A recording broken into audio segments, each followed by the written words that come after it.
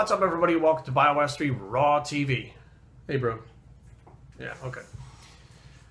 Today we're going to ask Bios3, and I'm going to leave his name out because I'm not sure. Fix his fucking camera angle. Not sure if he wants his name in there. He didn't say it, but it's kind of a personal thing, so we'll leave his name out. He says he's been talking to a girl for a little over a month. He hit it off immediately with her, hung out, worked out together almost every day. Yesterday, so it's like a month that they've been hanging out. Yesterday she told me that they have to stop talking to each other because she's not over her ex. her ex left her 7 months ago for a girl he was cheating on her with. They were together for 4 years and he cheated on her the last 5 months. Apparently she wants him back. Do you have any insight as to why someone would ever want to cheat her like that back when she has met someone new like me who's the opposite of that?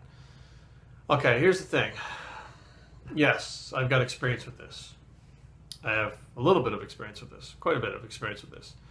I have been cheated on in the past, and I have also cheated on people in the past.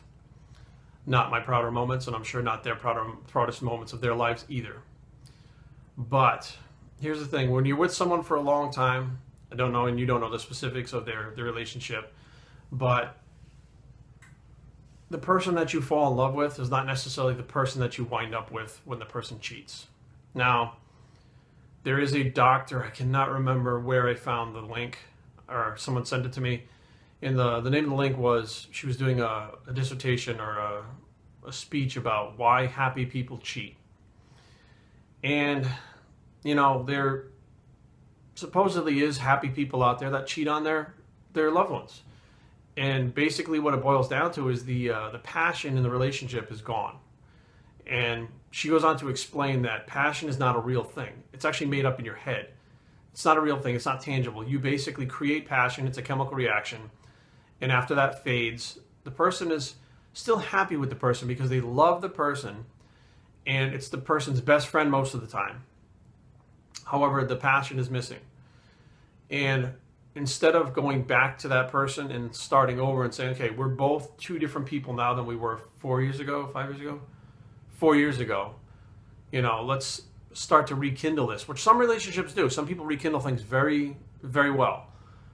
What they do is actually find someone else that has what they think that they want.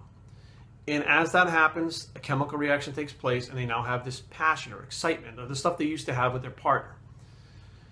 So as they go through this new relationship,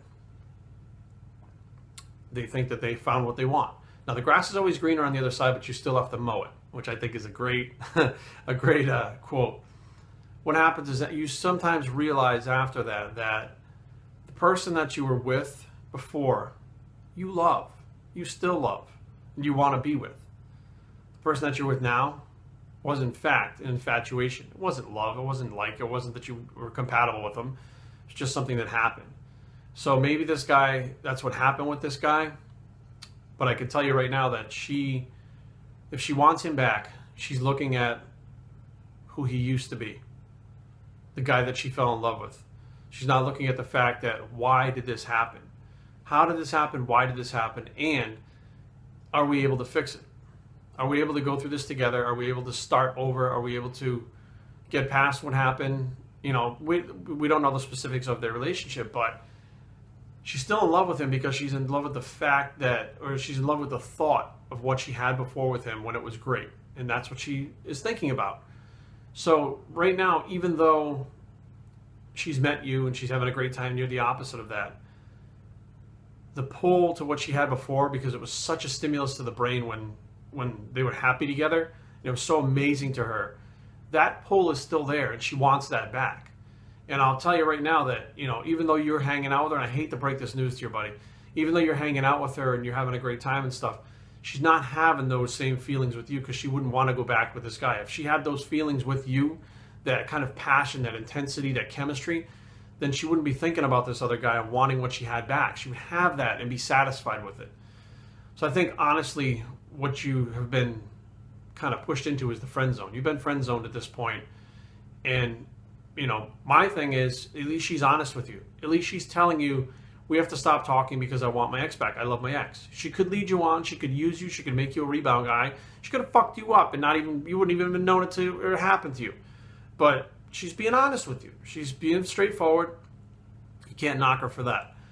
I mean, you know, since it's been a month that you've been hanging out and training and stuff, I mean, you guys are basically, you know, I don't know, it doesn't say whether you guys are sleeping together or not, but I mean, you guys are basically best friends. That's essentially what you're at right now.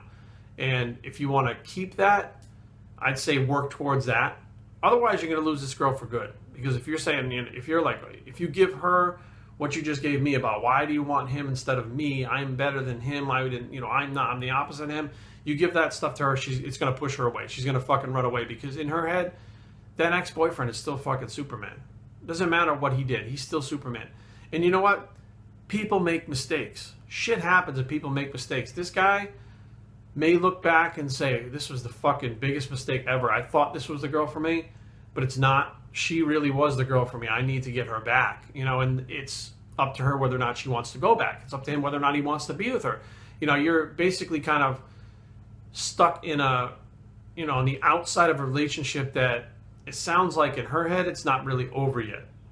So my advice to you, honestly, I would just say, look, you know, wherever this goes, it goes. If I'm in the friend zone, I'm happy with just being your friend, because, you know, at this point, it's not going to go any further. And if you try to push the situation, you're going to lose her altogether. So I feel for you, man. I've been in that spot before. I've been in her spot before. I've been in his spot before. I've been in fucking all three of you guys' spot before. And there's never a good outcome, you know, out of any of it. Very rarely does it turn out well. But, you know, that's my advice. Just take it as it comes, one day at a time. BioWhat'sYourTraining@gmail.com. Leave comments down below, but don't fight. www.bios3training.com is a blog. Not everything is cut and dry bicep, and we're out.